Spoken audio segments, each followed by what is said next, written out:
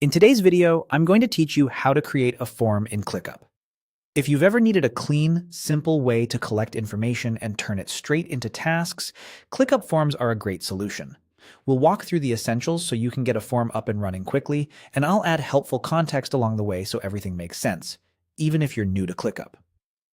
First, go to ClickUp.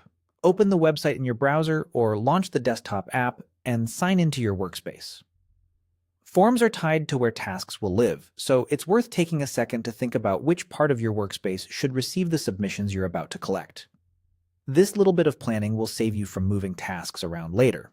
Next, click on Space. A space in ClickUp is a top-level container, usually organized around a team, a project area, or a function like marketing, product, or operations.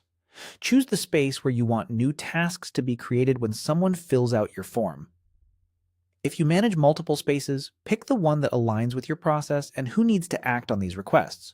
If you're unsure, check with an admin or look at where similar tasks already live.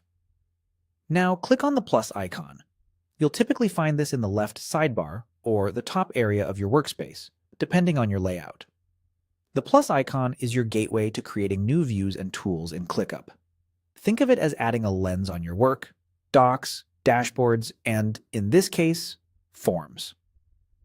Clicking it here tells ClickUp you'd like to add something to the space you just selected. From the menu that appears, click on Form. This opens the form builder for that space.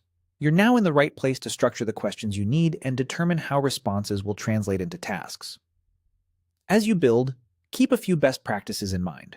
Write concise prompts so people know exactly what to provide.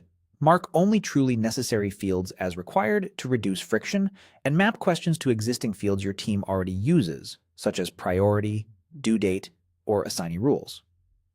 Clear naming also helps. Name your form so teammates instantly understand its purpose, like IT support request, or creative brief intake. If your plan includes branding options, you can match colors and add a logo for a professional touch.